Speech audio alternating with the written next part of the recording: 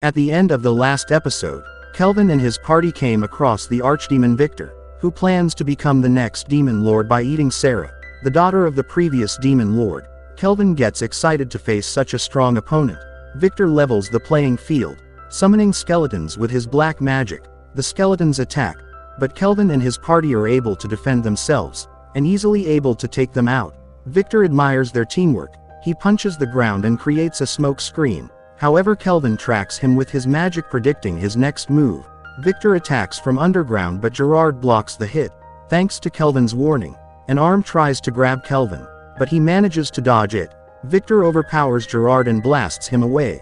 Victor continues to attack Kelvin with his arm and closes in on him. Kelvin calls for Clotho, who attaches itself on Victor's arm and begins to absorb his magic. While he is distracted, Kelvin casts his binding spell and seals one of Victor's arms. Victor tries to free himself, while Kelvin buffs Gerard's sword with his vortex edge spell. Victor tries to counter-attack with his other arm, but Aphil emerges from stealth and fires a blazing arrow.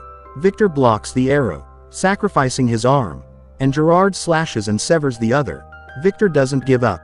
He covers himself with a black smoke and begins to transform. The trio tries to attack before he completes his transformation, but they are too late. With his new form, Victor dashes to attack. Gerard manages to block him and even push him back. He continues his attack but gets knocked down by Victor. Ethel provides support with her arrows and Kelvin summons Clotho, who spews tons of cursed weapons down on him. All of Kelvin's failures from blacksmithing, Kelvin, Ethel, and Clotho all attack with their strongest moves, combining together and devastating Victor. He's sent flying and a stone pillar breaks and falls towards Sarah. Victor protects her with the last of his strength and falls. Kelvin asks why he protected her. Victor admits he was never going to eat Sarah. In reality, Victor was Sarah's caretaker. He taught her how to fight, and was her only companion. However, one day they were attacked by the Empire's hero, and before he died, to keep her safe, Sarah's father sealed her away and told Victor to watch over her. Victor had planned to revive Sarah in a weaker era, where she could have ruled as the Demon King. As his dying request, Victor asks Kelvin to add Sarah to his party, so she can finally see the world. Kelvin agrees and Victor dies peacefully. Despite the risk, she will become the next Demon King. Kelvin breaks her seal. Sarah wakes up aware of her situation and cries for Victor.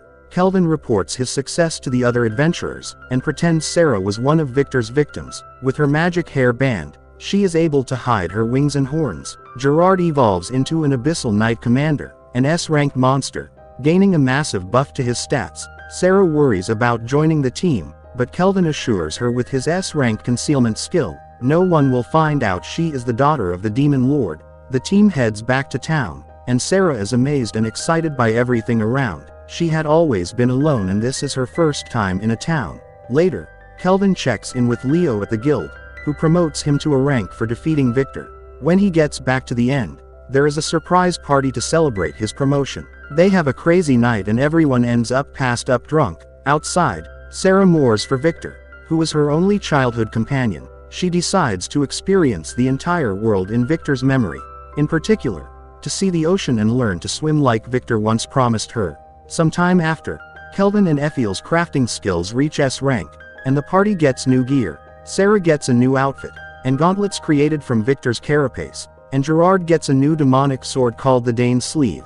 Kelvin gets tired. After all the crafting, in a field offers to make him some food. He asks for rice, but the field doesn't know what that is. Kelvin goes mad craving rice, which he hasn't been able to eat since coming to this world.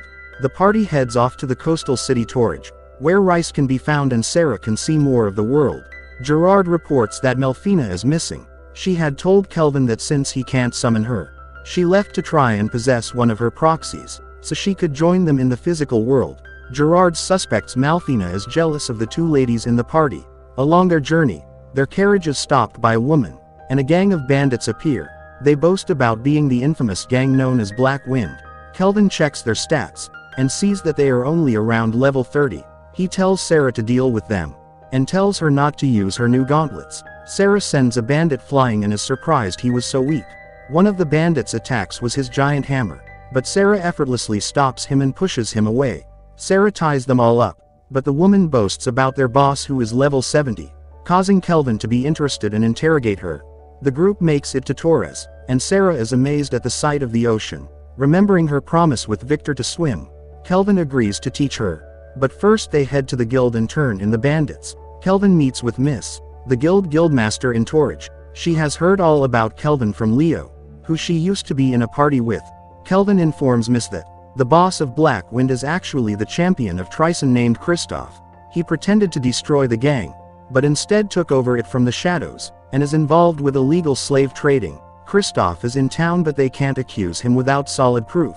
Kelvin is actually not too interested, because Kristoff is only level 70 and poses no challenge. Suddenly, Kelvin detects the presence of the Empire's heroes, and suggests that they can handle the bandits. With this suggestion, Mist requests the heroes to investigate the bandit hideout. Wanting to help the people, they accept the request. However, Kelvin has something planned. At the bandit hideout, there is a room of kidnapped women. One of the bandits enters. He tries to grab one of the girls but Kelvin arrives, and Gerard knocks him out. Meanwhile, Kristoff and his lieutenants discuss the loss of one of their squads. There is a knock at the door, and Kelvin's party bursts in.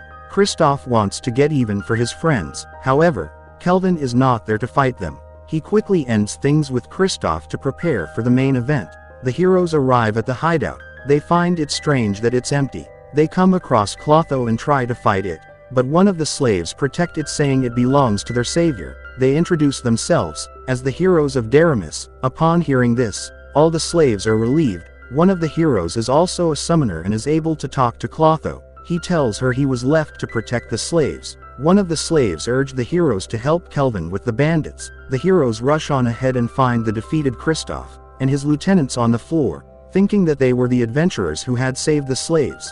The heroes find Kelvin and his team pretending to be the true leaders of Black Wind.